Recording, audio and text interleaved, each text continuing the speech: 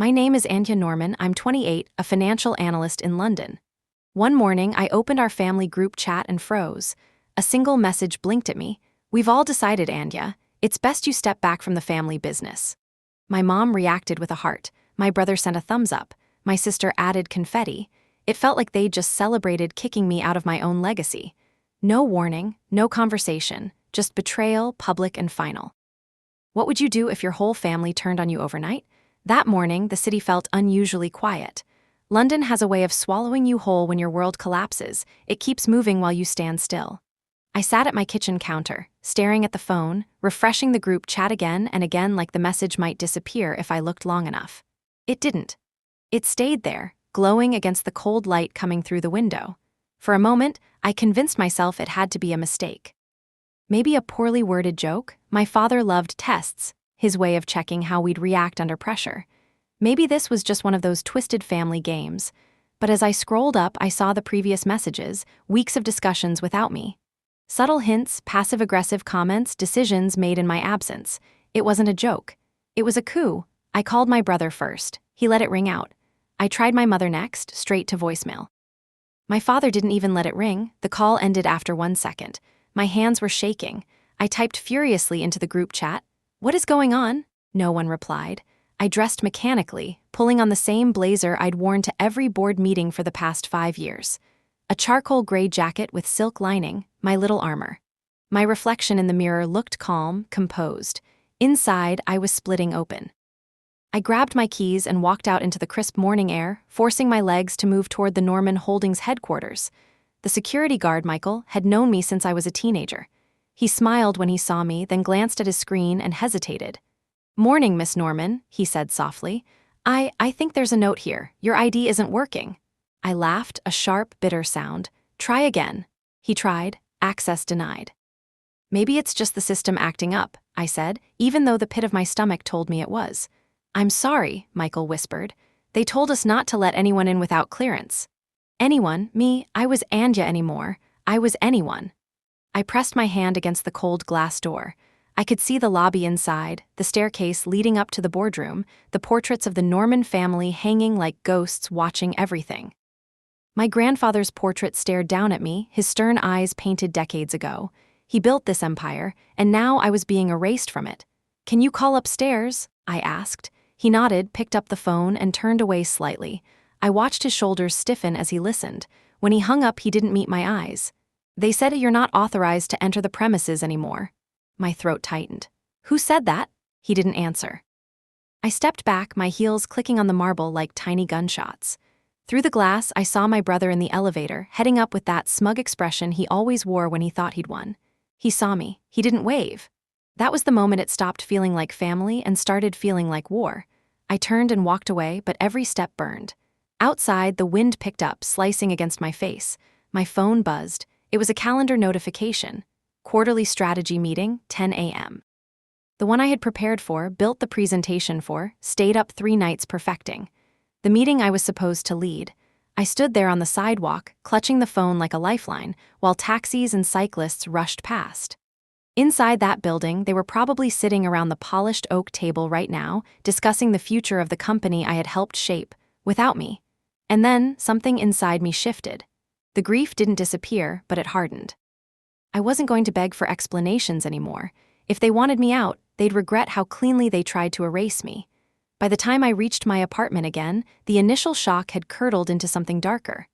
I threw my blazer onto the couch, kicked off my heels, and sat cross-legged on the floor, surrounded by silence. The city outside carried on as if nothing had changed, but inside, everything had. I opened my laptop. Years of presentations, spreadsheets, contracts, and project plans stared back at me. I'd built financial models for every major acquisition Norman Holdings made in the past decade.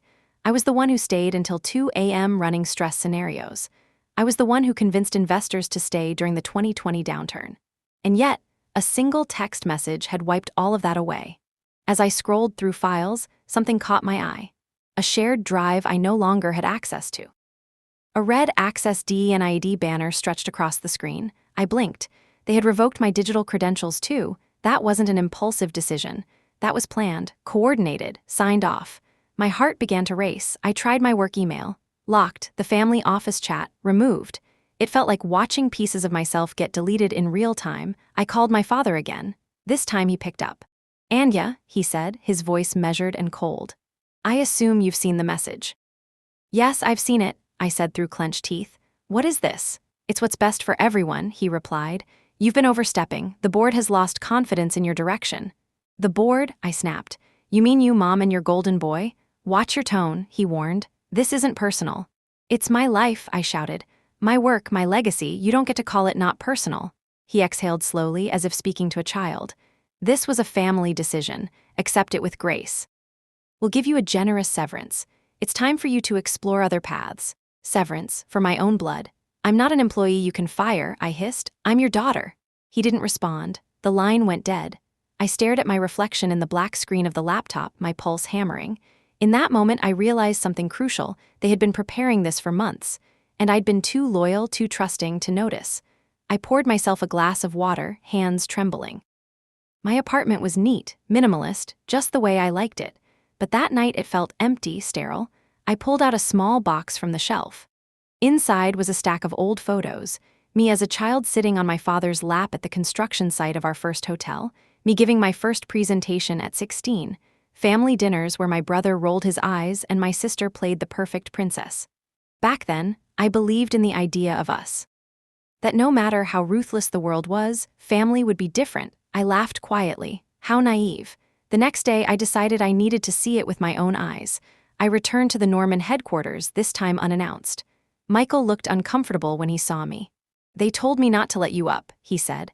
"I'm just here to drop something off," I lied. He hesitated, then buzzed me in. My heart pounded as I stepped into the lobby. The marble floors gleamed, the Norman crest shone above the reception desk. Everything looked the same, but the air had changed. It was colder, like the house had decided I didn't belong. I took the elevator to the third floor where the strategy department was. People glanced at me with wide eyes as I walked past, whispering. Some avoided eye contact. Others gave awkward half-smiles. Word had spread. Through the glass wall of the boardroom, I saw them, my father at the head of the table. My brother leaning back in my chair, smirking. My sister tapping away at her tablet like she was born to inherit everything. And my mother composed, elegant, pretending not to see me. I pushed open the door. Conversations froze. "What are you doing here?" my brother asked, as if I were a trespasser. "I have a right to be here," I said evenly. My father didn't even look surprised. "This isn't your place anymore, Anya. You shouldn't be here."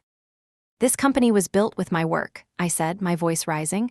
"Every model, every acquisition, every late night me, and you think you can just push me out with a text?" "You're being emotional," my mother said softly, like she was soothing a child throwing a tantrum. "Damn right I'm emotional," I shot back. "You just erased me," my brother chuckled. "You always did make everything about you." The room tilted for a second. I wanted to scream. But instead, I looked each of them in the eye, memorizing their faces. Calmly, I said, "You'll regret this." Then I turned and walked out before they could respond. The elevator doors closed behind me, and I felt something ignite deep in my chest, not just pain, but resolve. They had underestimated me. That would be their first mistake. The days that followed blurred together like a slow-motion car crash. Every morning, I woke up half expecting to receive a call from my father, some explanation, some plea to return. It never came. Instead, silence stretched like a chasm between us. The Norman family was always loud, meetings, dinners, arguments, but now they shut me out completely. On the third day, a thick envelope slid through my mail slot. Inside, legal documents. A formal notice of my resignation, effective immediately, along with a non-disclosure agreement and a mutual release of claims. They were trying to make it look like I had left voluntarily. I laughed out loud. It was so clean, so calculated. This wasn't just betrayal, it was erasure. I took the documents to the small legal firm I sometimes used for personal matters. The junior lawyer flipped through the pages, frowning. "They've drafted this to make it look consensual," she said. "If you sign this, you're essentially agreeing that it was your decision to leave and waiving any future claims." I leaned back in my chair. "They really think I'm that stupid?" She looked up. "This was prepared well in advance. The dates, the language, it's not sudden." A chill ran through me. "They planned this months ago," she nodded. "If you want to fight this, you'll need strong evidence and a strategy. This isn't going to be emotional, it'll be legal, financial, brutal." Her words echoed in my mind long after I left the office. That night, I couldn't sleep. I lay on my couch, staring at the ceiling, replaying every family interaction of the past year. The subtle looks between my father and brother during meetings. The sudden cancellations of projects I was leading. My sister being invited to meetings I was. All the signs were there, I'd just chosen not to see them. My mother's voice rang in my head. This isn't personal. The next morning, I walked into my storage unit on the outskirts of the city. It was a small, climate-controlled space I had rented years ago when I first started collecting backup copies of my work, out of habit more than mistrust. Thank God for that habit. I unlocked the unit, flicked on the light, and stared at the shelves. Boxes filled with binders, hard drives, printed contracts, early drafts of strategies that built the company. Each folder was labeled meticulously. I ran my fingers over them, feeling a surge of control I hadn't felt since that message appeared on my phone. This, I whispered to myself, is my insurance policy. I loaded a few boxes into my car and drove back to my apartment. Once inside, I set up my old laptop, disconnected from the company network, and started reviewing everything. The deeper I dug, the clearer the pattern became. 2 months ago, they began quietly shifting assets into a new holding entity, Norman Strategic Ventures. The directors? My father, my brother, and my sister. My name was nowhere. They were moving entire projects I led into that new entity, effectively stripping my contributions from the original company and pretending I had no claim.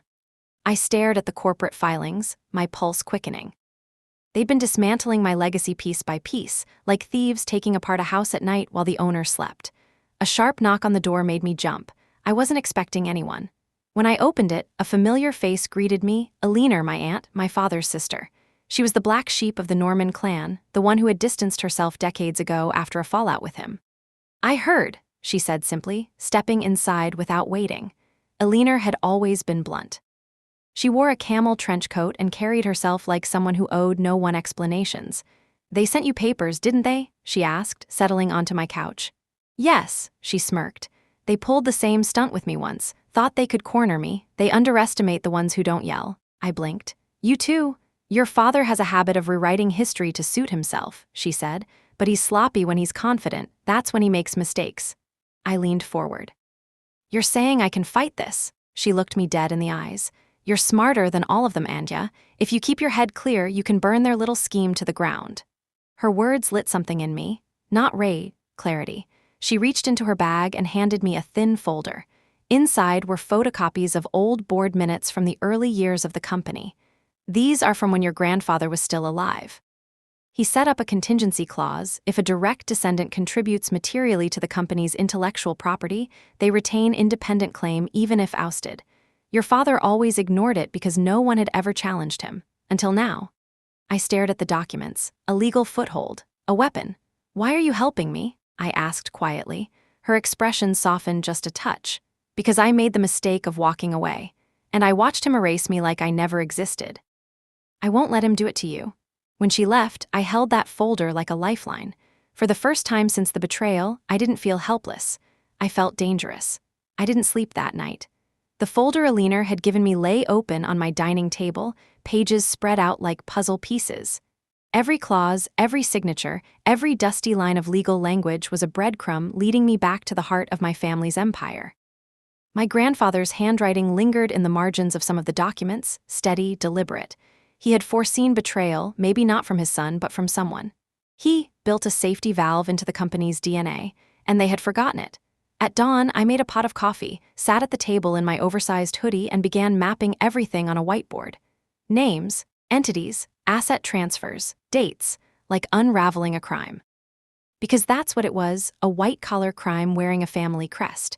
By 9 a.m., my apartment looked like a war room. I called Eleanor. Are you sure about this clause? She laughed on the other end. Honey, I sat in that boardroom when your grandfather made them vote on it. He wanted to protect the bloodline, not just the loudest voices. It's real. Then why didn't anyone ever use it? Because no one ever challenged your father, she said simply. You will. I stared at the board, at the network of arrows connecting my name to every major project they'd stolen. They'd underestimated me because I'd always been the quiet one, the numbers girl, the strategist who preferred spreadsheets over speeches. They'd mistaken my silence for weakness. Now they'd see what silence can build. I spent the next few days pulling every thread. Late nights bled into early mornings. My kitchen table became a command center covered in highlighters, legal pads, USB drives, and 3 different coffee mugs. I tracked down old contracts that bore my signature, financial models with metadata proving I was the creator, and email chains where I had outlined entire strategies later, presented by my brother. Each piece of evidence went into a secure folder, both physical and digital. If they thought they'd wiped me out of the company's history, they were about to be proven wrong. On Friday afternoon, I received an invitation to a family dinner. It had been years since a Norman dinner was anything but performative.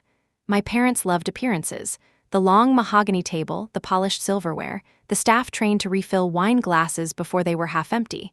I knew exactly what this dinner was, an attempt to make their betrayal look civilized. Still, I went. The house smelled the same as always: cedar wood and expensive candles. My mother greeted me at the door with a too smooth smile. "Anya, darling, you look tired." "I've been busy," I replied, stepping inside. My brother was already at the table, phone in hand, feet up like he owned the place. My sister sat beside him, pretending to be sweet but watching me like a hawk. My father stood at the head of the table, hands clasped behind his back, the way he always did when he was about to deliver news. Dinner began with small talk, like nothing had happened. My mother asked about my apartment. My sister gushed about her new responsibilities in the company. My brother bragged about signing a partnership I had spent 6 months negotiating. I let them talk. I wanted to see how far they'd go. Finally, my father cleared his throat. "Anya, I want you to know that this decision wasn't easy, but it's final. You have a bright future ahead of you, just not within Norman Holdings." I set my fork down slowly. "And you think a staged family dinner makes it less cruel?" "Don't be dramatic," my mother said softly. "We're offering you a graceful exit. Many people would kill for the package you're getting." "Many people didn't build the company you're taking from them," I snapped. My brother smirked. "You always think everything revolves around you. Maybe you just couldn't handle the fact that we moved on without you." Something inside me went quiet, not broken, sharpened. I looked at him and saw not my brother, but a rival in a tailored suit. "I'm glad you're moving on," I said calmly. "Because so am I." They didn't understand the weight of that sentence. "Not yet," my father leaned forward. "Anya, don't make this ugly. You can walk away with dignity or what?" I interrupted. "You'll erase me faster." His jaw clenched. I stood up. "Enjoy your dinner." As I walked out of that house, I realized something strange. I didn't feel crushed anymore. For the first time, they were the ones who looked uneasy. They thought I had no power left. They had no idea what I was building behind closed doors. When I got home, I pinned a single line on my whiteboard, right at the center, underlined in red. "They took everything from me. Now I'll take it back." The weekend arrived, but rest wasn't part of the plan. I treated my living room like an operations base. I made lists. Real ones, old-fashioned, handwritten lists. On one, the assets they'd taken from me. On another, the allies they didn't know I had. On a third, potential vulnerabilities in their carefully constructed empire. I wasn't just reacting anymore. I was preparing. By Sunday afternoon, my whiteboard was covered in names, arrows, timelines, and highlighted clauses from my grandfather's board resolutions. Elinor had been right. My father had gotten arrogant. He assumed that just because he'd controlled the narrative for decades, no one would dare challenge him. That was his blind spot. I started with something simple. I logged into the government's corporate registry portal and pulled every recent filing for Norman Holdings and their subsidiaries. Every new entity. Every change of directorship. Buried among the filings were 3 shell companies I'd never heard of. One was registered only 3 weeks before the family message. Another had my brother as the sole director, and the third was co-owned by my sister and my father. All 3 were holding pieces of what used to be my projects. I printed the filings and pinned them on the wall like evidence in a detective's case. Then I opened an old encrypted drive I had kept since university. Inside were personal notes, pitch decks, and prototypes of a financial analytics tool I had spent years developing on the side. It wasn't part of Norman Holdings officially, but I'd used some of its early models to strengthen our strategies. They had no idea it existed in its final, fully functional form. I stared at the code, the architecture diagrams, the reports it could generate. This wasn't just a side project. This was leverage. If I registered the intellectual property and proved its independent development, it could become a legal wedge between me and them, a way to prove my indispensable contribution. I picked up the phone and called a patent lawyer. "I want to file something," I said. By Monday morning, my application was underway, quietly, legally, strategically. Later that day, Alina called. "How's the war map coming along?" she asked, amused. "I found their weak spots," I said. "They hid everything in plain sight. Shell companies, asset transfers. But they forgot one thing: I know the system better than any of them." "That's the spirit," she said. "But don't rush. Make them believe they've already won. That's when you strike hardest." Her advice settled over me like armor. I didn't need to fight them on their timeline. I'd fight them on mine. On Tuesday, I received an email from my father's assistant. "Mr. Norman would like to meet with you privately," it read. I hesitated. A trap or an opportunity? We met in his private office overlooking the Thames. The skyline stretched behind him like a painting, London, powerful and cold. He didn't offer me a seat right away. Typical. "Anya," he began, "I hope you're not being foolish." I smiled politely. "Define foolish." "Challenging this decision," he said. "It won't end well for you." I wasn't aware wanting a say in my own legacy was foolish, I replied. His eyes narrowed. "We can make this easy or we can make it ugly." I leaned forward slightly. "I think you've already chosen ugly." For a brief moment, something flickered in his expression: annoyance, concern. He quickly masked it with that controlled, patriarchal calm he'd perfected over the years. "You're my daughter," he said finally. "I'm trying to protect you from yourself." "No," I said quietly. "You're trying to protect your power." We locked eyes. For the first time in my life, I didn't look away first. When I left his office, I didn't feel small anymore. I felt steady. Dangerous, even. The game had shifted. He didn't know exactly what I was planning, but he'd sensed it. And that was enough to make him uneasy. That night, I stood by my apartment window, overlooking the city lights. Somewhere out there, my family was toasting their victory, thinking the story was already over. But this was just the opening act. They had drawn first blood. Now it was my turn. The following week felt like standing at the edge of a chessboard, every piece finally in view. For years, I had played the loyal daughter, the quiet strategist in the background. Now I was stepping onto the board as a contender. The first move was quiet. I met with Clara Evans, a corporate lawyer recommended by Alina. She was sharp, mid-30s, with a no-nonsense tone that reminded me of someone who enjoyed winning more than talking. "Your grandfather's clause is gold," Clara said, scanning the board minutes Alina had given me. "If we can prove material contribution, this isn't just about reinstating you. You could claim ownership stakes in everything you built." I leaned forward. "What would that look like legally?" "It would put your father and siblings in breach of fiduciary duty if they transferred assets you materially developed without consent," she replied. "We'd have grounds to freeze accounts, halt projects, and trigger arbitration. But we need to be surgical. One mistake, and they'll bury you in legal noise." Her words didn't scare me. They clarified the battlefield. We spent 3 hours outlining a phase strategy. Phase 1, collect ironclad evidence of my contributions. Phase 2, register my IP and legal claims quietly. Phase 3, wait for them to expose themselves publicly, then strike. That night, I went through old hard drives like an archaeologist uncovering forgotten ruins.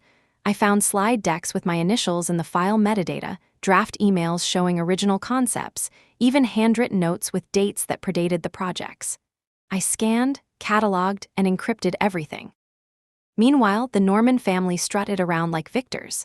Social media was filled with smiling photos of my brother at investor luncheons, my sister giving interviews about the next generation of leadership, my parents hosting charity galas. They thought the story had already been written. I decided to write my own. One morning, I ran into Rachel, one of my former analysts, at a coffee shop near Canary Wharf. She froze when she saw me, unsure if she should say hello. "Lax," I said with a small smile. "I don't bite." She sat down hesitantly. "I heard what happened. Everyone has." "I bet," I replied. "So how's life at the fortress?" Rachel sighed. "Chaotic. Your brother is trying to lead the financial team, but let's just say spreadsheets aren't his thing. People are nervous." That caught my attention. "Nervous how?" "They moved some major funds into a new entity. There's no clear structure. It's sloppy. And some senior investors have started asking questions." Sloppy was good. Sloppy meant opportunity. I lowered my voice. "Listen, I don't want to put you in a bad position, but if there's anything irregular, anything at all, you need to protect yourself. Start documenting everything for your own sake." She nodded slowly. "I trust you more than them, to be honest. I'll keep my eyes open." That conversation stuck with me. For years, I had been the backbone of that company. People trusted me, not because I shouted, but because I delivered. My family had power, but I had loyalty. And loyalty is harder to replace. By midweek, Clara and I had finished filing the intellectual property claim for my financial analytics tool. It was now legally recognized under my name. Quietly, without any press or family whispers. The next step was surveillance, not the illegal kind, but the kind corporate warriors used every day. I subscribed to financial monitoring alerts for every Norman entity. If they moved assets, signed new deals, or registered new IP, I would know instantly. 2 days later, an alert popped up. Norman Strategic Ventures Limited had signed a joint development agreement with a Swiss investor group worth £45 million, and they were using my models. I knew the language in those documents. I'd written the prototypes myself. They had literally lifted sections of my proposal word for word. Clara nearly jumped when I forwarded her the PDF. "This is perfect," she said. "They've just used your intellectual property in a major deal after you've registered it. Legally, they've walked into your trap." But it wasn't time to strike yet. Not publicly. Not until I'd built my foundation so solid that when I pulled the rug, they'd fall straight through.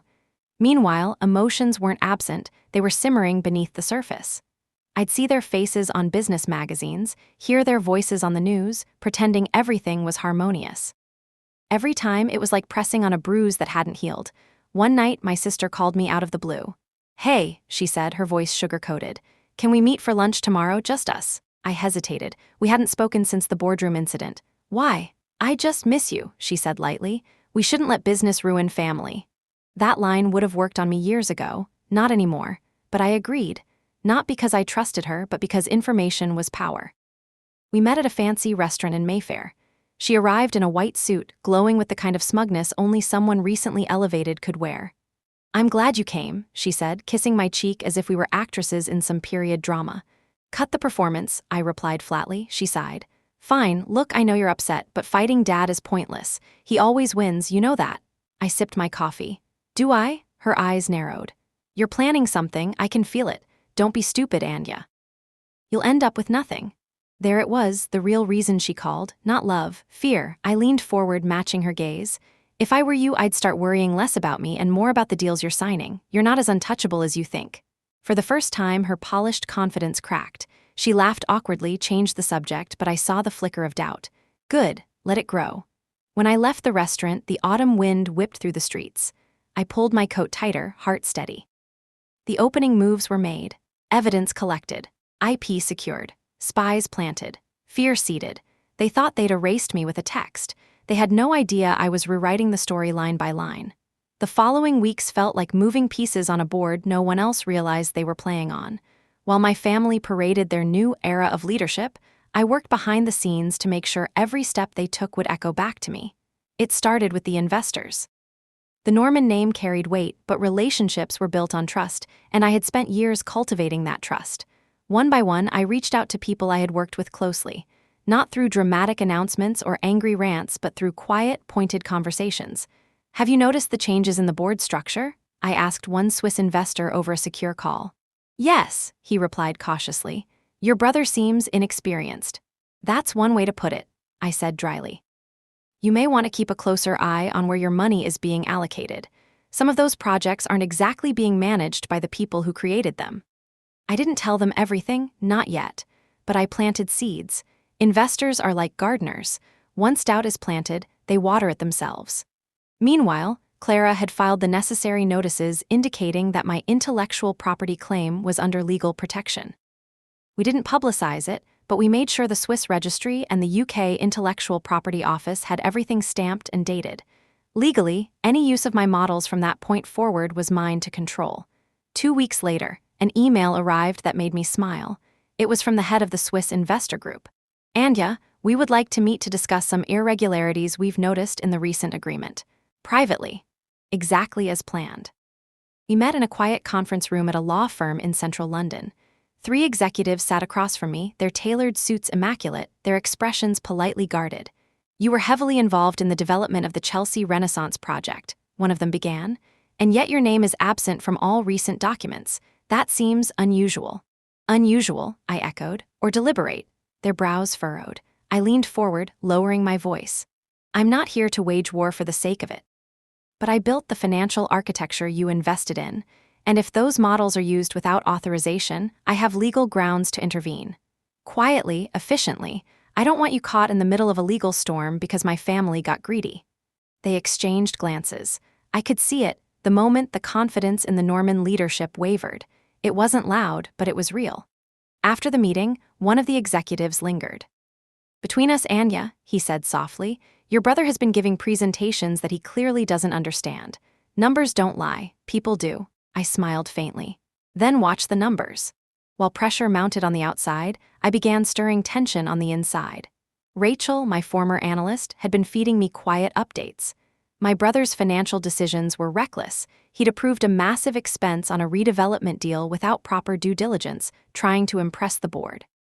My sister had signed 2 new contracts with vague deliverables, likely to avoid responsibility later. I crafted a report, anonymous, polished, clinical. It outlined structural weaknesses, poorly managed funds, and internal miscommunications. No accusations, just facts. And I leaked it to a mid-tier financial news site known for digging into corporate scandals. Within 48 hours, the article was everywhere. Headlines read, "Norman Holdings faces internal chaos. Analysts question new leadership competence." The story didn't accuse anyone directly, but it painted a picture, one of disorganization and leadership unprepared for the weight they carried. Investors called, journalists circled, my family scrambled. My brother called me at midnight. "Did you do this?" he hissed. "Do what?" I replied calmly. "Don't play dumb, Anya."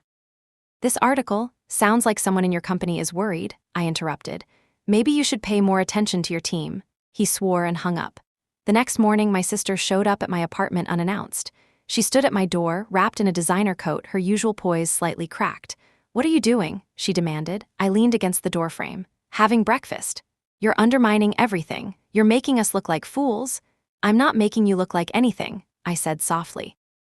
"You're just finally being seen without my work propping you up." She flinched, and for a second I saw it fear, not just of me, but of losing the safety net I'd always been. "You're ruining the family," she whispered. "No," I replied. "You did that the moment you decided to erase me." She didn't have an answer. She turned on her heel and left, but her visit told me something important. They were starting to feel the walls closing in. A few days later, I attended a charity gala, the kind my mother adored, all soft lighting and champagne flutes. I wasn't on the guest list, but a leaner got me in. She walked beside me like a queen who'd returned to court after exile. Heads turned as we entered. My parents spotted me across the room. Their smiles faltered for just a fraction of a second, but I saw it. My brother whispered something to my father. My sister stiffened. I spent the night speaking with investors, journalists, and old acquaintances. I didn't slander anyone. I didn't need to. All I had to do was exist, poised and confident, while the cracks in their facade widened. At one point, an influential investor pulled me aside. "You're not out of this, are you?" he asked, eyes gleaming with curiosity. "Out," I smiled. "I was never out, I was just quiet." By the end of that night, I felt something shift in the air. My family wasn't untouchable anymore. Their names still carried weight, but so did mine. And the best part? They didn't know where the blows were coming from. To them, it must have felt like the universe itself was turning against them. They'd soon learn it was me. I didn't expect the first real crack to come from inside their inner circle. It happened on a rainy Thursday morning, the kind where London's sky looks like wet concrete and the streets smell like damp newspapers. I was at home, sipping black coffee, when my phone buzzed with an unknown number. "Anya Norman?" a man's voice asked. "This is Mark Ellison. We've met briefly. I used to handle risk compliance at Norman Holdings." I remembered him vaguely. Quiet, diligent, one of those background figures who never drew attention but always seemed to know everything. He'd been part of my father's trusted circle for years. "Yes, I remember," I said cautiously. "I think we should talk," he said. "Not over the phone." 2 hours later, we met at a tucked-away cafe near the British Museum. Mark wore a dark raincoat and looked around nervously before sitting down.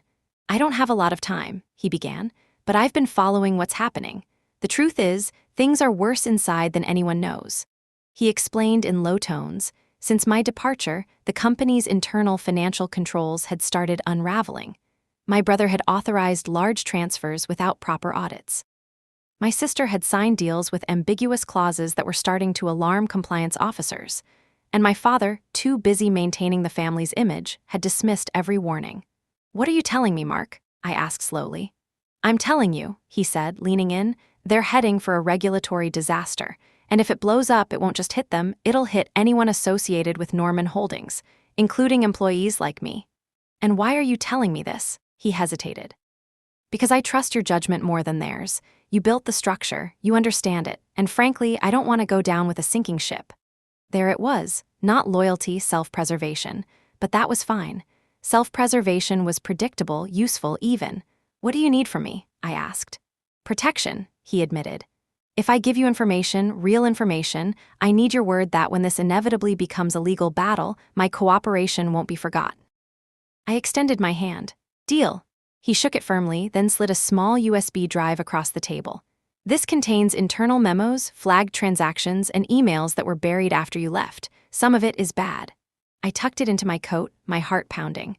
A whistleblower from inside their trusted circle, they'd never see it coming. Back home, I plugged the USB into a clean laptop and opened the files. What I found made my blood run cold. There were emails between my brother and an external contractor, instructing him to backdate invoices to make financial transfers look legitimate.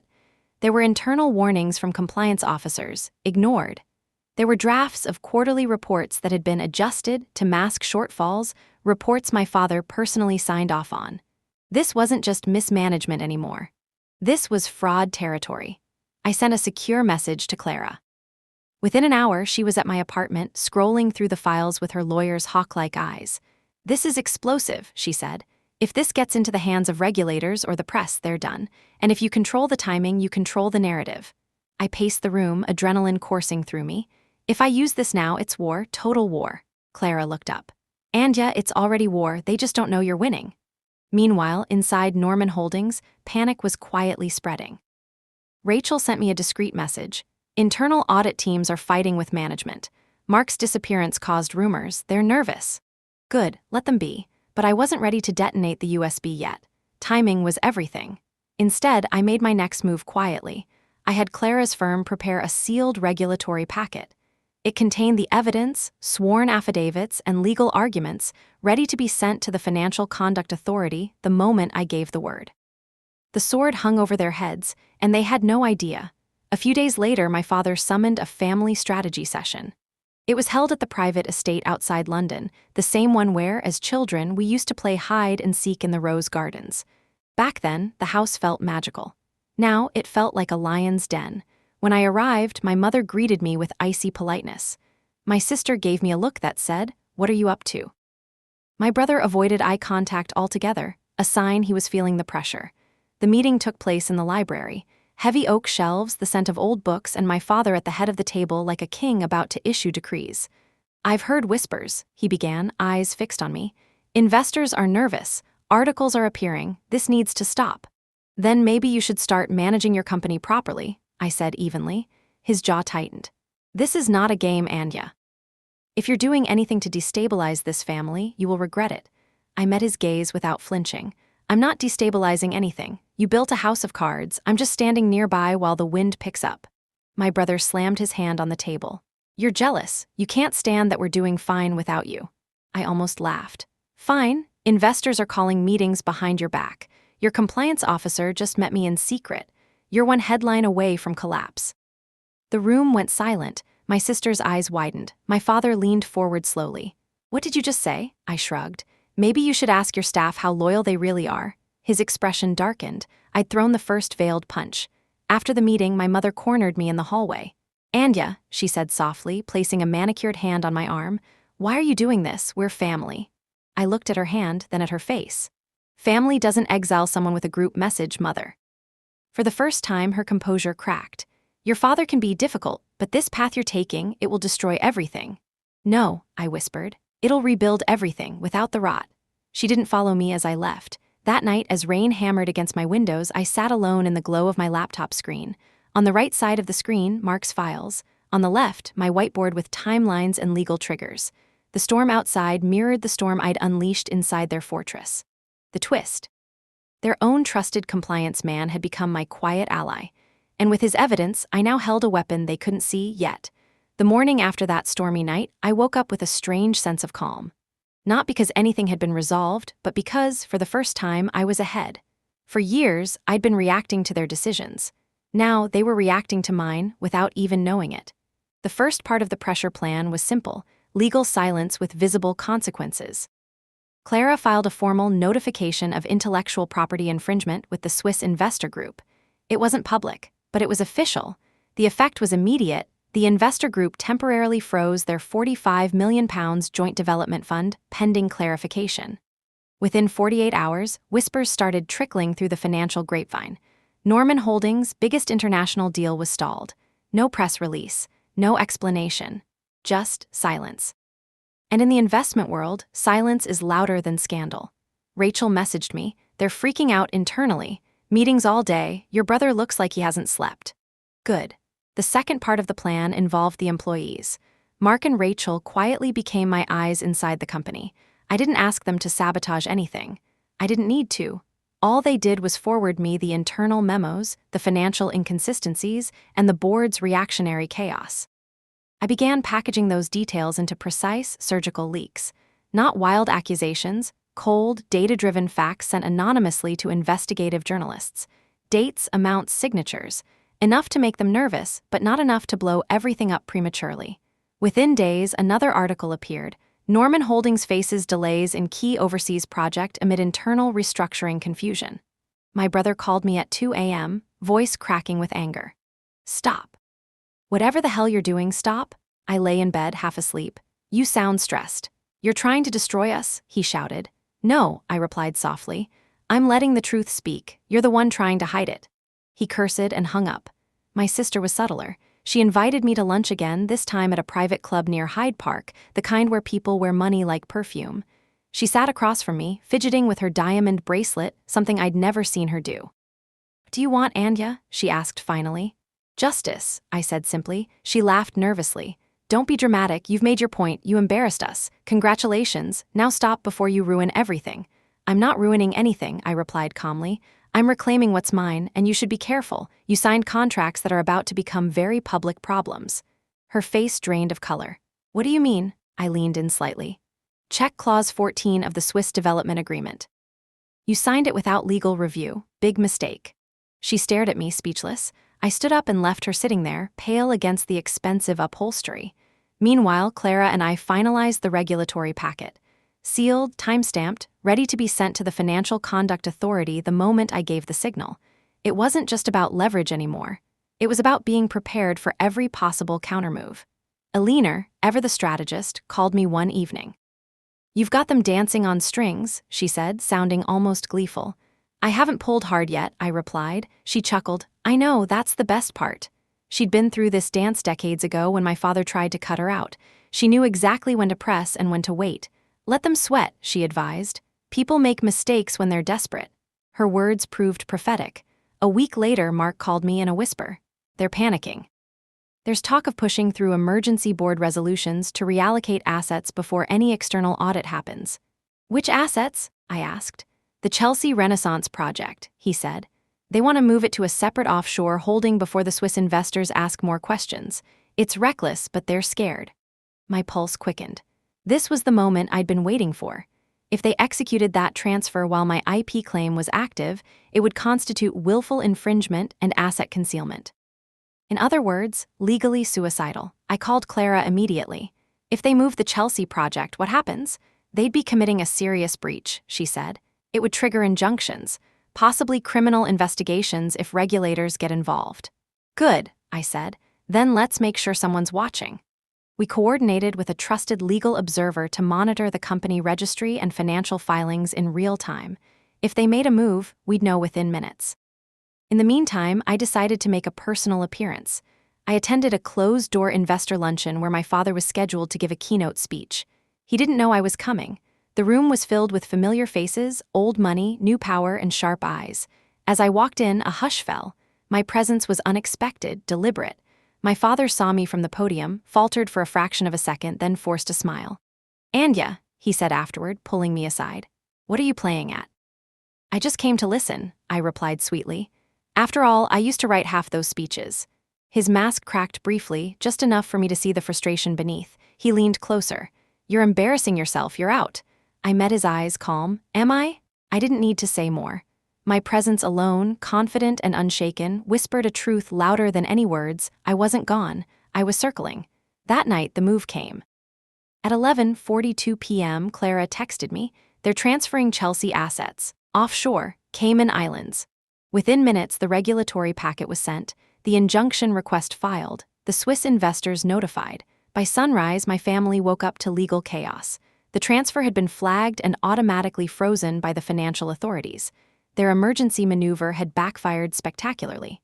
Rachel sent me a message with a single line. They looked terrified. Sitting in my kitchen, watching the sun rise over London, I felt something electric crackle in the air. This was no longer about small moves. This was a siege, and I was the one tightening the walls. The morning after the Chelsea transfer was frozen, London felt different. Not quieter, not louder, just charged, like the air before a thunderstorm. My family had made their first reckless move, and it had cost them. Investor lines were jammed. Legal teams scrambled overnight. My brother reportedly stormed out of the boardroom in a rage, while my sister locked herself in her office. My father, according to Rachel, had that look, the one he wore when a deal went south and he needed someone to blame. This time, the scapegoat wasn't some mid-level executive. It was me. At noon, I received a formal summons to a family arbitration meeting, scheduled for the following morning at the Norman estate. A private mediator would be present. My father wasn't wasting time. He wanted to contain the damage before it spread. Clara reviewed the document with a thin smile. They're panicking. Mediation means they're not confident in their legal position. Don't give them anything. I didn't plan to. The next morning, I drove through the misty countryside toward the estate. The iron gates opened slowly, like the mouth of a beast waiting to swallow me. Inside, the old manor loomed, pristine as ever, its beauty almost cruel in its stillness. The library, a mediator waited, a silver-haired man with wireframe glasses and the air of someone who'd handled 100 family implosions before breakfast. My father sat at the head of the table, stiff as a statue. My mother beside him, her smile strained. My brother paced like a caged animal. My sister stared at the floor, pale. "Anya," the mediator began politely. "Your family wishes to resolve this matter amicably. Surely you don't want to damage something your grandfather built." I almost laughed. My grandfather, not theirs alone. "I'm not damaging anything," I said calmly. "I'm protecting it from theft." My father's jaw flexed. "This has gone far enough. We can work this out privately." "You mean quietly," I replied, "so no one sees what you did." He leaned forward, voice low. "Be careful, Anya." For a moment, the room was silent. Then the mediator cleared his throat. "Perhaps both parties should lay their cards on the table. Mr. Norman, you first." My father nodded at my brother, who handed a folder to the mediator. It contained the usual claims that I'd voluntarily stepped down, that the company had acted in good faith, that my intellectual property belonged to the company. Clara shredded every point verbally, calmly, systematically. Then it was my turn. I slid forward the regulatory packet, the IP filings, Mark's evidence, the Swiss investors' freeze notice. The mediator's eyebrows climbed higher with each page. "This is substantial," he murmured. My father didn't speak. His silence was louder than his words, and then came the twist. In the middle of the mediator's questions, my sister suddenly blurted out, "You don't even know the full story, do you, Anya?" The room froze. "What are you talking about?" My father snapped. She looked at me with something between fear and defiance. "She thinks she's the only one who knows secrets." I narrowed my eyes. "Explain." Tears welled up in her eyes. The Chelsea project wasn't just a redevelopment. It was collateral. Dad mortgaged part of the estate to fund it without telling the board. My heart stopped. "You what?" I whispered, turning to my father. His face didn't move, but his silence was admission. Clara's pen stopped mid-note. "That's material non-disclosure," she said slowly. My sister kept going, almost hysterical now. "He told us it was under control. He said the investors would cover everything. But when you filed that IP claim, they froze the funds. The bank wants answers. They're threatening to foreclose on the estate if the deal collapses."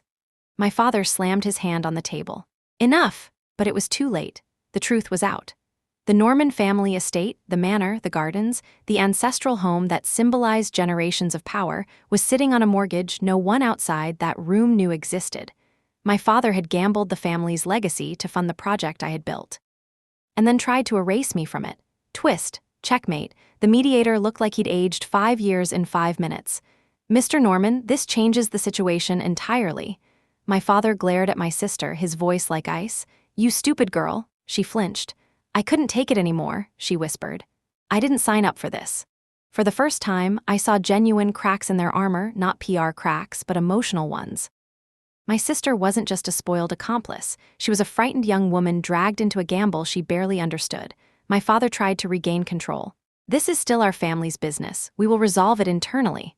I leaned forward, voice steady. No, Father, you've been hiding the fact that our entire legacy is hanging by a thread. If the Chelsea project fails, we don't just lose a deal, we lose everything.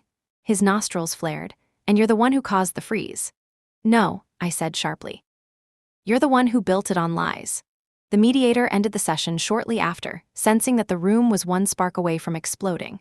That night, as I drove back to London, the weight of what I'd learned sank in. My father hadn't just betrayed me, he'd betrayed the entire family legacy. And now, I held a truth that could bring the entire Norman Empire down. I stood at my window, staring out at the city lights, rain streaking down the glass. For years, that estate was untouchable. Sacred. Now I knew it was just another pawn in my father's reckless game. The stakes had changed. I wasn't just fighting for justice anymore. I was fighting for the entire legacy. I didn't sleep that night. The image of the manor, our so-called untouchable legacy, flashed again and again in my mind. My father had mortgaged the estate, our family's fortress, to fund my project, then tried to erase me from it. It wasn't just betrayal, it was stupidity wrapped in arrogance. By dawn, my strategy had crystallized. If he had gambled everything on the Chelsea project, then that project was now the pressure point. Whoever controlled it controlled the fate of the entire Norman Empire. The first thing I did was call Clara. She arrived at my apartment at 7:30 a.m., still clutching her coffee. I laid out everything my sister had confessed. She listened in silence, her expression hardening. If the mortgage is tied to project performance, and that project is frozen because of your IP claim, she said slowly, then you control whether the estate survives or collapses. Exactly, I replied. They built their kingdom on my work. I own the foundation now. She tapped her pen thoughtfully. If we play this right, the investors will see you as the stabilizing force, not your father. That's exactly what I want. Step 1, the Swiss investors. I scheduled a meeting with them through their London legal representative. We gathered in a sleek, glass-walled conference room overlooking the river. The executives were all business, pressed suits, polite nods, sharp eyes. Thank you for meeting with me, I began. I want to discuss the Chelsea project and the current state of its leadership. One of them, Mr. Vogel, folded his hands. We are concerned, he said in his thick Swiss accent. Your family has not been forthcoming about the mortgage arrangement tied to this development. I didn't even have to prompt them. That's because my father concealed it, I said evenly.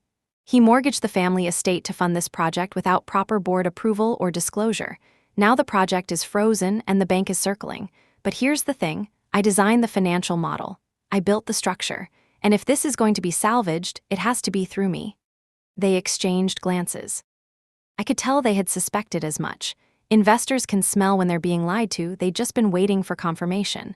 So what are you proposing? Vogel asked. I'm proposing that we restructure the deal under a separate entity, I said. One I control. You'll get transparency, accountability, and a project that actually has a chance of succeeding. Or, I paused. You can keep waiting for my father to bluff his way out of a mortgage default. But when that happens, you lose everything too. Vogel's mouth twitched into the smallest hint of a smile. You've inherited your grandfather's steel, I see. Or maybe, I said softly, I just stopped being quiet. Step 2, the bank. Clara and I arranged a discreet meeting with the head of corporate lending at the bank that held the mortgage. We presented them with the timeline, the undisclosed mortgage, the investor freeze, the family's internal chaos. Then I showed them my IP filing and my independent development plan for Chelsea under new leadership. The banker, a severe woman in her 50s named Ms. Harper, listened without interruption. Let me be clear, she said finally. Your father is in technical breach of several disclosure covenants. If the project remains frozen, we will foreclose. We have already prepared the paperwork. I didn't flinch. Then let me offer you an alternative. You foreclose, you inherit a half-finished development and a legal war. You back me, and I can finish the project properly. We avoid default. You get repaid. Everyone wins except the person who caused the mess. Harper tilted her head. And why should we trust you? Because, I said calmly, you already trusted my father and look where that got you. A slow smile crept onto her face. Touché. Step 3, turning their allies against them. I began making quiet phone calls to senior employees, consultants, and investors I'd worked with over the years. Not with threats, not with pleas, just the truth. They mortgaged the estate? One investor gasped. Yes, I said, and didn't tell anyone. If the project fails, everyone loses, but I'm offering a way out. People don't rally behind the loudest voice, they rally behind the clearest path. And right now, I was the only one who had won. Meanwhile, at the estate, the atmosphere turned poisonous. Rachel's updates painted a vivid picture. Your brother's yelling at legal again, your sister's crying in the bathroom, your father's holding closed-door calls with the bank, but no one knows what's being said. They were crumbling, and for once, I didn't feel guilty. The inevitable confrontation came 3 days later. My father showed up at my apartment unannounced. He never done that before. When I opened the door, he stood there in his expensive coat, but his face was drawn, the first cracks of real fear showing. "Anya," he said flatly, "what are you doing?" "Fixing your mistakes," I replied. "You're undermining this family, our name, I cut him off. "You mortgaged the house, you lied to the board, you tried to erase me. The only thing I'm undermining is your illusion of control." His voice hardened. "This will destroy us." "No," I said, stepping closer. "You will destroy us if you keep pretending this isn't happening. I'm the only one with a plan. The investors know it. The bank knows it. Pretty soon, the whole world will." For a moment, I thought he might shout, but instead, he went quiet, and that scared me more. He leaned in, his voice low. "If you take this away from me, you're no longer my daughter." I stared at him, the ache sharp but fleeting. "Then maybe I stopped being your daughter the day you sent that message." I closed the door on him. It was the first time in my life I'd ever done that. That night, Clara and I finalized the paperwork for a new holding company, one that would take over Chelsea under investor and bank approval. We named it Norman Renaissance Limited, deliberately echoing the project's title. Only this time, the Renaissance wasn't his, it was mine. 2 days later, the investors sent a formal letter to Norman Holdings. Effective immediately, we are suspending further cooperation with Norman Holdings on the Chelsea Renaissance project. We are entering exclusive negotiations with Ms. Anya Norman for an alternative leadership structure. The bank followed with its own letter, warning my father that foreclosure proceedings would be stayed only if new terms were accepted, under my control. The shockwaves hit the family like a bomb. Rachel's message said it all. "They're panicking. This is the first time I've ever seen your father speechless." Standing by my window that evening, I felt something I hadn't in months: power. Not the kind that comes from revenge alone, but from clarity. My father had gambled everything on Chelsea. Now I held the winning hand, and this time I wasn't playing nice. The shift was immediate. The moment the investors and the bank sided with me, something in my father's camp snapped. The Norman family had always projected unity, but behind that polished facade, they were a machine built on hierarchy and fear. When that hierarchy cracked, chaos seeped through. At first, it came quietly. Anonymous calls to potential partners questioning my mental stability. Mysterious delays in document processing that Clara's team later traced back to people loyal to my brother. A sudden uptick in tabloid whispers about the prodigal daughter-stirring family scandal. They were trying to paint me as unstable, emotional, dangerous. One article even claimed I was jealous of my sister's newfound leadership and sabotaging the family's empire out of spite. I almost laughed when I read it. The quotes were clearly planted. My brother's phrasing had always been lazy. Clara wasn't amused. "They're going for character assassination," she said, tossing the paper on my kitchen table. "Classic diversion tactic when the legal front is failing." "Let them," I said calmly. "I've spent years building a reputation on facts. Their lies will collapse under scrutiny." But I underestimated just how desperate they were becoming. 2 nights later, my apartment was broken into. It happened while I was out meeting with Clara. When I returned, the door looked untouched, but my files had been moved, drawers slightly ajar, USB drives misplaced. My whiteboard wiped clean. They hadn't stolen anything valuable, not physically. But they'd sent a message: "We can reach you." I stood in the living room, hands clenched. The air smelled faintly of cologne, my father's brand. I called the police, filed a report, changed the locks, upgraded my security system overnight. Clara insisted on hiring a private firm to monitor my building. "This isn't just legal anymore," she said. "They're trying to rattle you." I nodded, but inside, something colder settled in. They crossed a line, and they'd regret it. Meanwhile, inside Norman Holdings, things were boiling. Rachel told me that my father had convened emergency board meetings, trying to push through resolutions to strip me of any residual voting rights tied to the old family trust. The problem for him? That trust was set up by my grandfather. Any changes required unanimous signatures of all direct descendants, including mine. "He's furious," Rachel said over the phone, her voice hushed. "He thought he could just bulldoze it. He's not used to anyone saying no." "Good," I replied. He's about to get a lot more practice. My brother, predictably, went for the loud approach. He began publicly questioning my motives at investor events, framing himself as the responsible heir, cleaning up his sister's mess. It was a weak play, but it had an audience. One night, I attended a panel discussion on urban redevelopment. He was there, giving a speech about family unity and vision. When the Q&A opened, a journalist asked bluntly, "Mr. Norman, how do you respond to reports that your sister's financial models are the basis of the Chelsea project now frozen under regulatory review?" His jaw tightened. "My sister contributed, but the leadership is ours now. She's unfortunately chosen a path of conflict." I stood up at the back of the room. "No, James," I said clearly. "I chose the path of truth." Every head turned. He froze. "You stood on a stage built with my work," I continued. "Then tried to push me into the shadows. But here's the thing about shadows, they don't disappear just because you look away." A murmur rippled through the audience. My brother's mask slipped just long enough for me to see panic flicker beneath.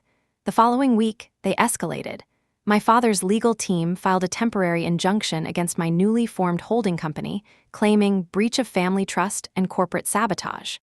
It was a messy, desperate filing full of emotional appeals, light on legal merit, but it was enough to temporarily delay my restructuring deal with the investors. "This is just a stall tactic," Clara said, flipping through the paperwork. "But it's clever. It buys them time." Time, that's what this was really about now. A race. I decided to go on offense.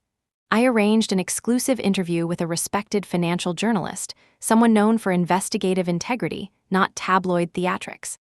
The story ran under the headline, "Anya Norman breaks her silence. This isn't family drama, this is corporate fraud." The article laid out facts, not accusations. My IP claim, the mortgage, the project freeze, the investor shift, no melodrama, just a clear, methodical dismantling of their narrative. Within hours, it trended on every major financial platform. Investors loved clarity. Banks loved accountability. My father hated both.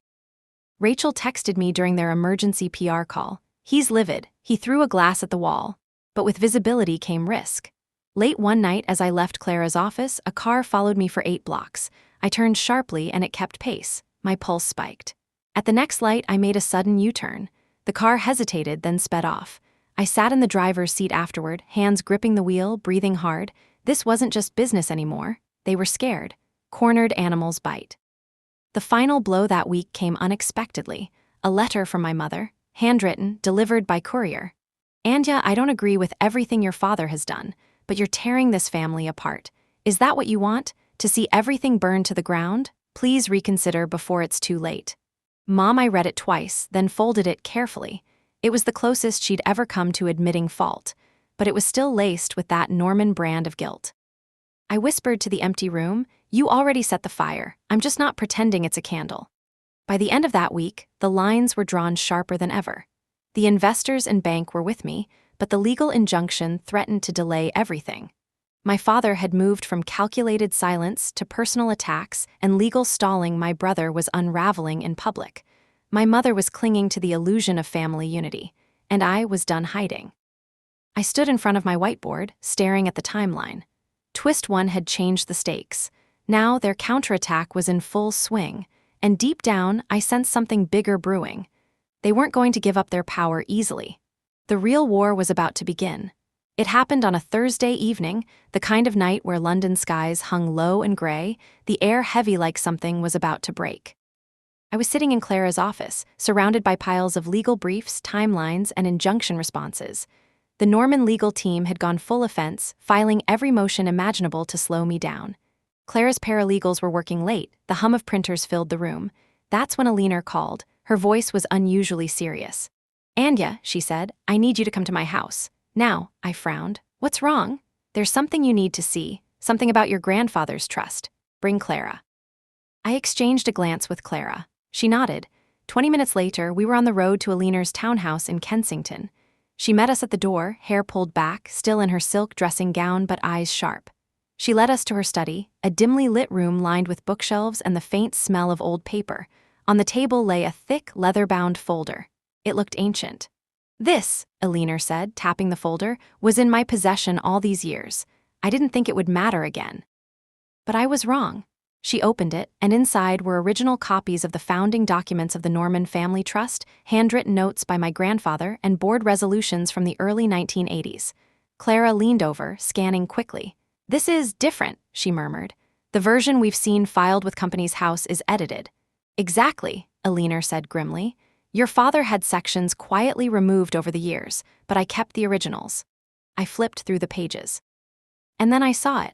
A clause, buried deep within the trust language, handwritten in my grandfather's distinctive cursive. In the event that the leadership of Norman Holdings engages in willful deception, asset misrepresentation, or endangers the family estate through negligence, the power of succession shall transfer to the next direct descendant who demonstrates both competency and integrity. This clause supersedes board votes in such circumstances. I felt the blood drain from my face. This gives me the right to take control, I whispered. Clara's eyes widened. If this is authentic, and it appears to be, then legally, if we prove willful deception, which we already have evidence of, you don't just get Chelsea. You can remove your father from leadership entirely. Aliner exhaled slowly. Your grandfather didn't trust your father completely. He saw things before any of us did. He left a failsafe. For a moment, the room was utterly silent except for the rain hitting the windows. I stared at the clause again and again, letting it sink in. I had been fighting tooth and nail for leverage over one project, when in fact, buried in the past, I held the nuclear option. The next day, Clara and I had the documents authenticated by two independent legal historians. Their verdict was clear. The originals were legitimate, and the edited versions my father filed years later were a deliberate omission. This isn't just corporate sabotage, Clara said. This is trust fraud. He tampered with legal documents to consolidate power. We both knew what this meant. The battlefield had shifted. No more playing around the edges. I now had the legal foundation to take everything. But then came the twist within the twist. That evening, Rachel asked to meet me in person. She sounded shaken. We met at a quiet wine bar near the river. Her usual calm was gone. Her hands trembled around her glass. "I need to tell you something," she said softly. "I've been loyal to you, Anya. I believe in what you're doing, but there's something I didn't know how to say." My stomach tightened. "Go on," she took a deep breath. "Your brother offered me money, a lot of money, to leak your strategy documents. I didn't take it, I swear, but someone else did." "Who?" she hesitated. "Mark." For a second, I didn't understand. "Mark, as in Mark Ellison?" She nodded miserably. "I overheard him in the corridor with your brother. He handed over something. I don't know what. But your brother said, this is exactly what we need to get ahead of her." The room tilted. Mark, the whistleblower, the one who gave me the USB, the one who'd helped me expose them. Betrayal burned like acid in my throat. "Why are you telling me this now?" I asked quietly. "Because I think he's playing both sides," she whispered. "He's feeding you enough to earn your trust, but he's giving them just enough to undermine you. And if he's handed over anything crucial, they might already know about your grandfather's clause."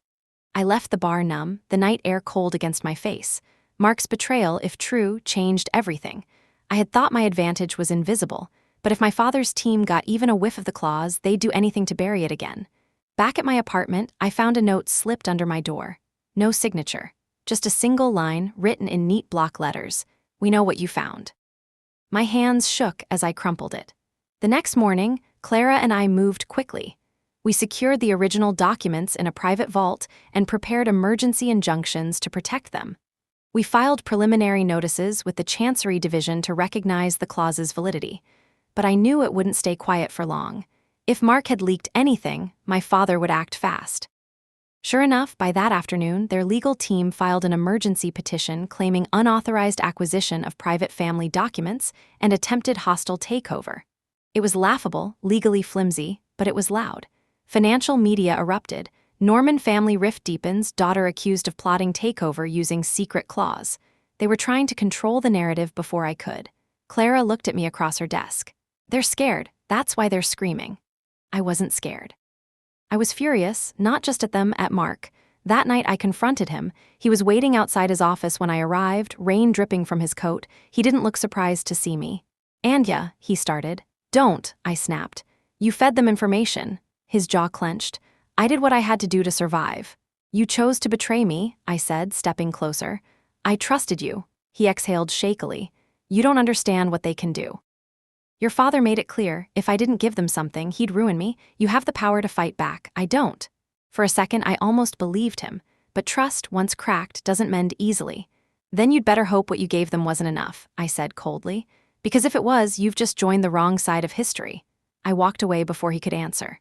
That night, standing alone in my apartment, I realized the war had changed shape again. Twist 2 wasn't just the hidden clause. It was the betrayal from inside my own camp. I had the ultimate weapon, but my enemies might now know it exists. And if they did, they would stop at nothing to destroy it. The chessboard was fully revealed. Every move from now on would decide not just the company's fate, but the family's entire legacy. And for the first time, I could feel the storm truly breaking. The morning of the hearing, Manhattan felt different. The streets buzzed with an energy I couldn't quite describe, part curiosity, part hunger. By the time Clara and I arrived at the federal courthouse in Lower Manhattan, the steps outside were already packed with reporters, cameras flashing like a field of lightning. Ms. Norman, is it true you're trying to take over your family's company? Do you believe your father committed fraud? Is this a family feud or a corporate war? Their voices overlapped like a swarm of bees. I kept my head high, the tailored black suit hugging my frame like armor. Clara walked beside me, her expression calm and deliberate, while our trial lawyer Daniel Royce, a legend in high-stakes litigation, handled the press with the cold ease of a man used to battlefields like this. "No comments at this time," he said smoothly, parting the crowd like Moses through the Red Sea. Inside, the air was cooler, sharper. The federal courthouse always smelled faintly of polished wood and tension. I walked through security, clutching the file that contained my grandfather's original trust documents. It felt heavier than paper, like holding a sword. The case had started as a civil trust dispute in state court, but once the hidden clause and evidence of financial misrepresentation emerged, the federal courts took jurisdiction. Now, this wasn't just about family. It was about fraud, corporate governance, and control over a multi-million-dollar empire. When we entered the courtroom, my father was already there, sitting at the defendant's table with his legal team. He wore his usual tailored navy suit, posture impeccable, but his eyes, they were colder than I'd ever seen. My brother sat beside him, jaw clenched, trying to look defiant but failing. My mother was in the second row, clutching her pearls like a lifeline. My pulse pounded in my ears, but I didn't falter. "Case number 25 CV1107, the clerk announced. "Norman v. Norman."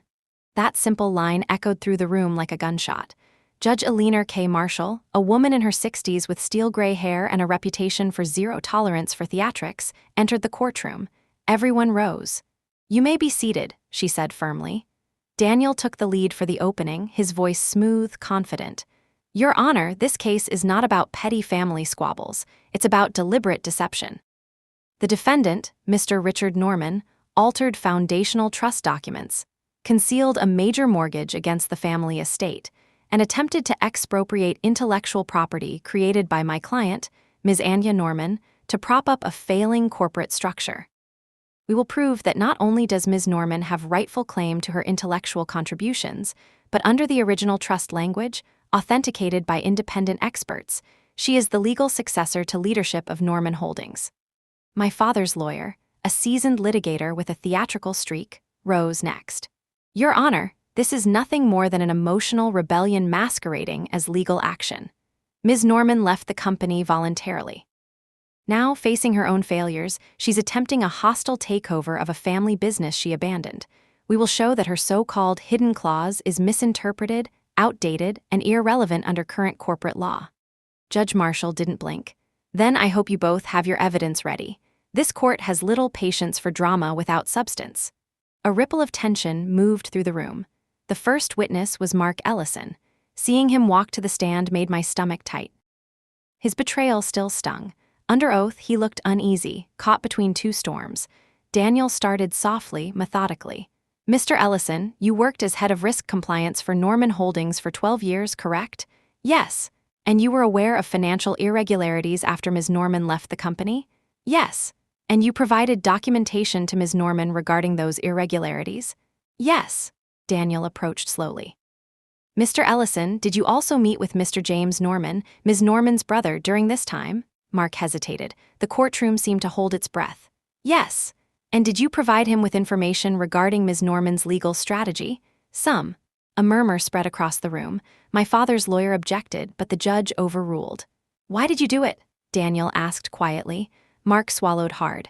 "I was afraid." Mr. Richard Norman made it clear that if I didn't cooperate, my career would be destroyed. I tried to protect myself. For the first time, my father's mask cracked slightly. Just a flicker, but I saw it. Then came the documents. Clara handled this part, her voice calm but cutting.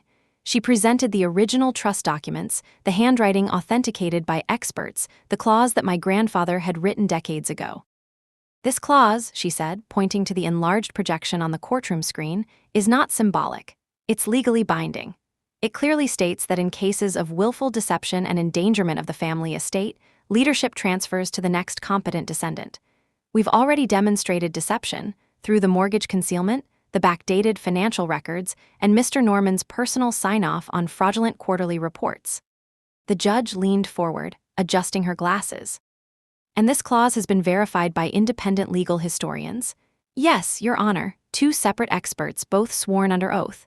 The defense tried to argue that the clause was outdated and never intended to apply to modern corporate structures. Clara didn't flinch. The law doesn't care about intention when the language is clear, Your Honor, and this language is as clear as day. By midday, the courtroom was electric. Reporters filled every available seat. The hashtag #NormanvNorman was trending across the country. But the real moment, the one that would define everything, came when Daniel called me to the stand. As I raised my right hand and swore to tell the truth, my eyes briefly met my father's. There was no warmth there, no shared history, just a cold war. The courtroom felt smaller when I sat on the witness stand. The judge's gaze was steady, the hum of reporters' keyboards faint but constant. I could feel my heartbeat in my throat. Daniel stood a few feet away, his posture relaxed but his eyes sharp. "Ms. Norman," he began, "can you tell the court, in your own words, what led you here?" I took a breath, feeling the weight of every moment that brought me to this seat. I worked for Norman Holdings my entire adult life. I built systems, models, and strategies that helped shape some of its biggest projects. But when I questioned decisions that involved deception and financial risks, I was pushed out. Not in a boardroom, not in a private meeting, but through a family group text. A few people in the gallery laughed softly in disbelief. My father shifted uncomfortably. Daniel paced slowly. And what happened after that? I watched as my work was used without credit, as my father mortgaged the family estate without disclosure, as they tried to erase me to keep their image intact. I didn't come here to destroy this family. I came here because they already started that process long ago. I'm here to stop it. Then came the cross-examination. My father's lawyer approached like a vulture. "Ms. Norman, you claim to care about the company, yet you filed injunctions that froze millions of dollars in assets. You went to the press. You stirred investors against your family. Isn't it true that this entire spectacle is just revenge?" I held his gaze. "Revenge implies I wanted to hurt them. I wanted to protect something they were willing to gamble away." He smirked. "And this hidden clause conveniently gives you power, doesn't it? You found an old document and decided it was your golden ticket." My voice didn't waver. "I didn't write that clause. My grandfather did, and if my father hadn't violated it, I wouldn't be sitting here." Then, almost theatrically, the lawyer said, "Let's talk about your father." He turned to the judge. "I'd like to call Mr. Richard Norman to the stand for rebuttal." My father rose. For a moment, I saw the same commanding figure I'd grown up with, tall, immaculately dressed, exuding authority. But when he took the oath and sat down across from me, something shifted. This wasn't the father from my childhood. This was the man who'd built an empire on control. His lawyer asked questions first, softballs meant to humanize him.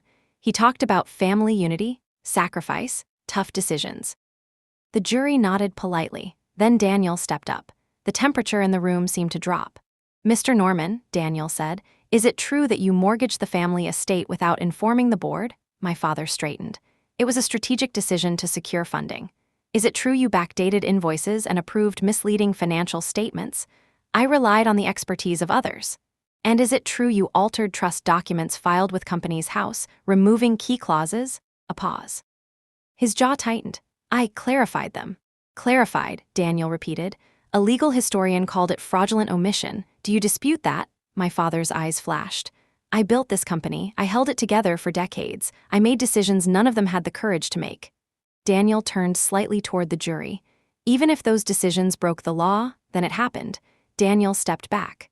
"Your Honor, with the court's permission, I'd like to allow Ms. Norman to directly question the defendant." The courtroom went silent. The judge raised an eyebrow. "This is highly unusual." Daniel replied. "We believe the truth between them can't be pulled through traditional questioning." The judge studied us for a moment, then nodded. "Proceed, but keep it focused." I stood slowly. My father's eyes locked onto mine. "Dad," I began. My voice was steady, but there was something raw underneath. "You told me family comes first. You said that more times than I can count. Was that a lie?" He didn't answer. "You mortgaged our home, you erased my name from my own work, you stood by while they pushed me out, and now you sit here pretending it was strategy." His lawyer tried to object, but the judge held up her hand. "Let her speak." I took a step closer. "I'm not here because I hate you. I'm here because you taught me to protect what matters, and somewhere along the way you forgot what that was." For the first time, his mask cracked, not with rage, but with something dangerously close to shame. His lips parted like he wanted to speak, but no sound came out. The room was utterly silent. I finished softly. "You can call it betrayal, I call it accountability." The closing arguments were a blur of legal brilliance. Daniel and Clara worked in tandem. He thundered through the fraud evidence while she anchored everything in the trust clause's language. The defense tried to spin it as family drama, but their cracks showed. Finally, Judge Marshall leaned forward. "I've heard enough," she said. She spoke slowly, each word deliberate. "Based on the evidence presented, including the verified trust documents, the financial irregularities, and the testimony under oath, this court finds substantial grounds for Ms. Anya Norman's claims. Effective immediately, the court grants a preliminary injunction removing Mr. Richard Norman from operational control pending further proceedings. Norman Holdings will be placed under temporary fiduciary oversight, with Ms. Anya Norman appointed as interim steward of the Chelsea Renaissance project." Gasps rippled through the courtroom. My father froze, his knuckles white. My brother swore under his breath. Judge Marshall's gavel came down. Court adjourned. The moment I stepped outside, a wall of cameras and microphones hit me. The sky had darkened, but the flashes were blinding. "Ms. Norman, how does it feel? Do you think this is the end for your father? Is this victory?" I didn't answer any of them. Clara and Daniel flanked me, shielding me from the storm. But inside, it wasn't victory I felt. It was something deeper, heavier. The war wasn't over. But for the first time, the balance had shifted. As I stood on those courthouse steps, wind cutting through the night, I thought, "Grandfather, I hope you're watching. Because your claws didn't just save a company. It saved me." It's been 3 weeks since the judge's gavel came down. 3 weeks since the cameras flashed on the courthouse steps, since the city felt like it was holding its breath to see whether I would fall or rise. In the quiet that followed, I finally had space to feel everything. Not the adrenaline, not the anger, just the weight of what had happened. The newspapers called it the Norman power shift. Investors called it stabilization. But to me, it felt like stepping into a house I'd known my whole life, only to find all the furniture rearranged. My name was suddenly on legal documents, project plans, board memos. My phone didn't stop ringing. People who had once ignored me now spoke in careful, respectful tones. But the strangest part wasn't their change. It was mine. I no longer felt the need to prove anything to them. The courtroom had done that for me. The truth had done that for me. I'd spent so many years wanting my father to look at me and see strength, intelligence, worth. Now I realized I didn't need his eyes for that. I could see myself clearly. My days were long, but they had a different rhythm now. I started mornings with silence, coffee in hand, watching the city wake, before diving into meetings with the fiduciary team, planning the Chelsea Renaissance revival under my direction. Clara was still by my side, sharp as ever, and Daniel had become an unlikely ally. We worked like people building something new, not tearing something down. The media storm slowly softened. Headlines shifted from scandal to progress. New leadership, new era. I caught my reflection in a window one evening as I left the office, a woman walking alone down a Manhattan street, not in anyone's shadow. For the first time, the image felt right. I haven't seen my father since the verdict. He withdrew from the spotlight, retreating to the house upstate. Sometimes, when the day is quiet and the noise of business fades, I wonder what he's thinking. If he's angry, if he regrets, if he finally sees the cracks he created. Last week, I visited the estate, not to confront him, but to sign off on preservation plans for the gardens. From a distance, I saw him standing on the balcony, looking out over the grounds. He didn't see me, or maybe he did and chose not to react. Either way, I didn't approach. There was nothing left to say that the truth hadn't already spoken for us. I stood beneath the trees for a long while, breathing in the familiar scent of earth and roses. This was the place where everything began, where I learned to be silent, where I learned to observe, where I finally decided to fight back. And now, it was simply home again, not a battlefield. I don't hate him. I don't forgive him either. Those are big words that take time, maybe more than I'm willing to give. But I've stopped carrying his mistakes like they were my responsibility. That alone feels like freedom. Tonight, I wrote in my journal for the first time in years. Not strategies, not revenge plans, just thoughts, dreams. The kind of things I used to write when I still believed my future was mine to shape. It is now. The first board meeting under my leadership took place in the same Manhattan high-rise where I'd once been dismissed with polite smiles and empty words. But this time, everything was different. The glass walls reflected the city's skyline, gold with the morning sun. The boardroom was silent when I entered, not out of fear, but attention. Clara walked at my side, Daniel behind us, the team that had stood with me through the storm. As I took my seat at the head of the table, I felt a stillness inside me that I hadn't known before. Not nerves, not adrenaline, just purpose. The Fiduciary Oversight Panel had officially handed operational control of the Chelsea Renaissance project to me a week earlier. Investors had followed. Employees who'd once doubted me now leaned in when I spoke. I didn't raise my voice. I didn't need to. I laid out the new direction clearly: transparency, sustainability, a return to the values my grandfather built the company on before ego and fear took over. No one interrupted. No one tried to undermine me. They simply listened. And for the first time, I realized this was my table now. After the meeting, I visited the Chelsea site. Construction crews had resumed work. The sound of hammers and machinery filled the air, not chaotic but rhythmic like a heartbeat. I walked through the half-finished courtyard where months earlier I'd imagined the project's future, only to see it nearly stolen. Now it was becoming real again, on my terms.